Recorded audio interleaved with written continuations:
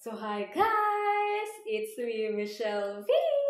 And welcome back to our YouTube channel. Ayan, so, ayun, this is the second part ng video natin kasi same akong suot, diba? Same ang ating Ayan, pagpatuloy natin ang ating experience. Ayan, gusto kong i-share sa inyo para naman, syempre, kung halimbawa, gusto nyo lang, wala na kayo kung gusto ninyo, kung ayaw ninyo, skip nyo lang itong video ito. Joke lang. Ayan, so, yun. So, ayun nga, yung sinabi ko nga diba sa inyo na yung mga kung paano ako nag-prepare, ganyan. So, ayun, yung 2 oras na nagbibigay ako ng sa sarili ko, ganyan, ng time to study, mula Monday to Friday, ayan. So, nakalimutan ko sabihin doon na pagka Sunday at Saturday, doon ko naman nire-review. Doon ang review time ko. Ganun ang ginagawa ko. Review time ko yung Sabado at Linggo. After ko nga, sa isang linggo na yun, di ba nga, puro horen. So, pag Sabado at Linggo, doon ako nag-review. Ganun ang ginawa ko. At nung palapit na guys yung exam, mas inaral ko na yung writing. Ayan, yung writing, yung pagbuo ng sentence. Kasi pakiramdam ko kasi doon ako weak. Ganyan, doon ang pinakamano ko. Kasi yung sa speaking, guys, alam nyo, pakiramdam ko okay ako doon. Parang ganon. Pero, doon ako pumalya. Ayan. So, guys, ito nga yung karugtong ng ating video. Ayan. So, ayun nga. Doon sa pagdating na ng araw ng pinaka-exam, so yun, parang siguro mga 30 minutes before the exam na nandun na ako sa Gute, sa Makati, ganyan. So, agang gumising, ganyan, kasi para iwasan ng traffic, alam niyo naman ang Manila, matraffic talaga, ganyan. So, yun. So, 30 minutes before the exam na andun na ako. Ganyan. Tapos, guys, sa exam kasi, ang unang mangyayaring exam is yung 3 level muna. Yung unang-una is yung Horen o the listening. Tapos, the listen or the reading. And then, yung pangatlo is yung Schreiben or the writing. Ayun ang unang-unang examine ninyo. Ganon.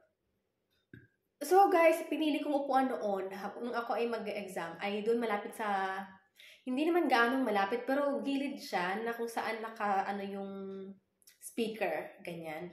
So, alam ko naman na kahit saan ka naman makaupo, maririnig mo kasi nga, centralized. Centers, ang ganda ng classroom ng mga language, kaya pala ang mahal, guys. Ang mahal ng bayad na mag-exam ka lang, mahal. Ganon, kaya, diba, nung time na yon parang, ayun na sabi kong gano'n, nakakahiya pag hindi ako pumasa. Ganyan. Pero syempre, gano'n talaga. Kasama yun sa paglaki, yung mga gano'n, yung mga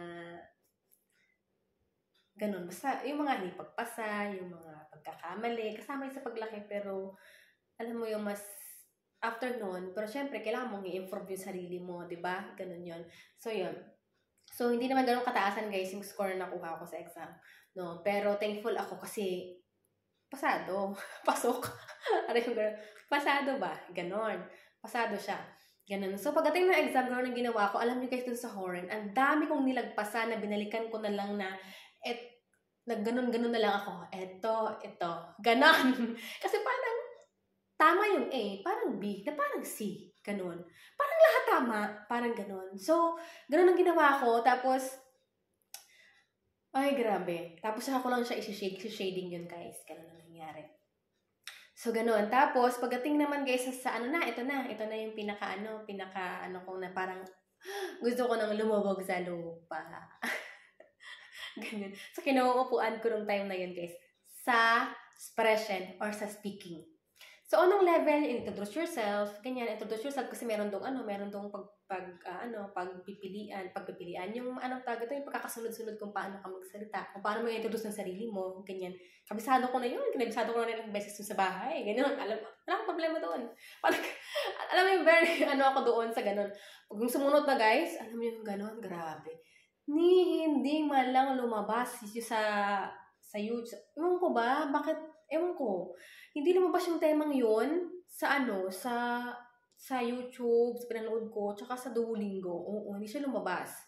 Pero yung word, alam ko. Pero yung tema, ang tema kasi guys is Gesundheit. Yes.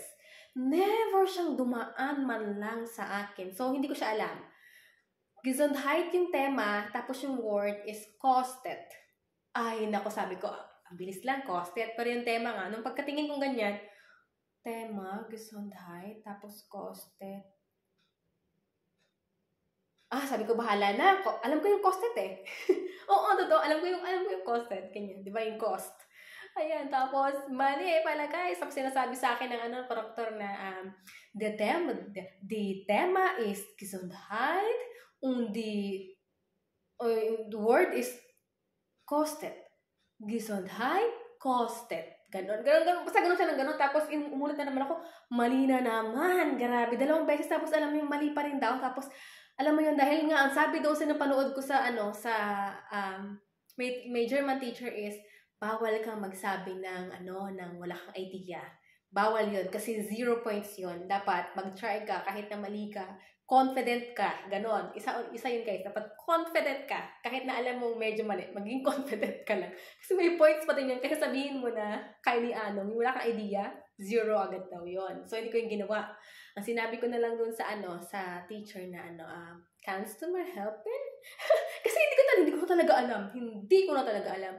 Guys, tapos, siya na nung proctor namin, ang bait yung proctor. Ayan, isa pa sa pinagkaano ko na mabait yung proctor, tapos, siya na nagtanong doon kasi ganun, tanungan, ganyan. Tanungan yun kasi 4 kayo, ganyan. Tapos yung proctor, tsaka yung isang mag-scoring, ganyan.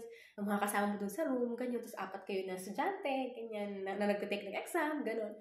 Ganun siya. So, nakakahiya kasi nga, ay grabe, sabi ko nakakahiya talaga. Ganon. Pero, ayun ang nangyari. Kasi guys, alam niyo sa simula, hindi ako na, ano ba tawag ito, na mental block. Hindi ko lang talaga napag-aralan yun. Hindi ko na dumaan yun. Kaya guys, kung dumaan man sa inyo, alam niyo na yan, Gesundheit. Ang Gesundheit is about health, good health, about sa mga health. Sa ganyan siya. So, dapat pala ang itatanong ko dun is kung magkano yung gamot, ganyan. About sa gamot pala dapat yun. Or, pwede din naman yung, vitamins. Basta ganun, mga ganun. Kaya yung akin kasi, iba yung mga tinanong ko, iba yung mga sapatos, jacket. Ang layo, di ba? Pero yung word na ginamit ko yung kostet, in connection with pero hindi siya connect sa tema. Ang layo sa tema. Ang layo ng Gesundheit dun sa jacket tsaka sa sapatos, di ba? Ganun yung mga ko. So, yun. So, yes, guys. Nakakatawa. Nakakatawa na pag naiisip kong pero alam niyo yun, guys. Nung pumasa ako, I never expect.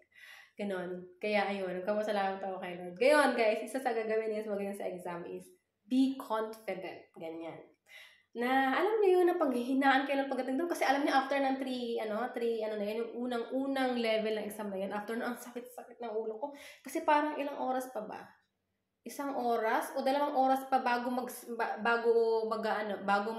isa lang yung kami sasalang nung mga kaano ko doon sa spreadsheet kasi may oras kasi yun guys, may oras. 15 minutes ba yun? Basta ganun, 15 minutes siya. Ganyan. Tapos parang, hindi, 45 minutes pang paghihintay ko pala noon. So, nandun kami sa may waiting room, ganyan. Tapos tatawagin na lang yung mga apelyido kung sino yung mga kasama, ganyan. Alam mo, nandun ako, ang sakit-sakit ng ulo ko. Parang na-drain yung utak ko after ng 3 level ng speed, ng reading, ng listening, at writing. Tapos, nung tinawag na kami, grabe ang kabak ko, ganyan. Tapos, sabi ko, 2 lalaki, tapos 2 kaming babae. Tapos, ay, grabe talaga. Ayun. So, yan ang experience ko, guys. So, ayun. Kaya nyo yan. Lahat kayo namang magta-take ng A1 exam. Ganyan ko nagta-take ng exam ngayon. So, yun. Prayer. Pag-pray kay Lord, maniwala kay Lord talaga. At, ayun, pagkatiwalaan nyo rin yung sarili ninyo. Ganon. Ayan. So, wag nyo i-down ng sarili ninyo. Maniwala kayo sa sarili nyo. Kaya nyo yan. Ganon yung ginawa ko, guys. So, maraming salamat sa mga nanood, guys. Thank you for watching. Ayan, ito yung ating karugtong ng video na una. So, maraming salamat! Subscribe sa mga hindi mo nakasubscribe. Thank you, guys, for watching. Always smile!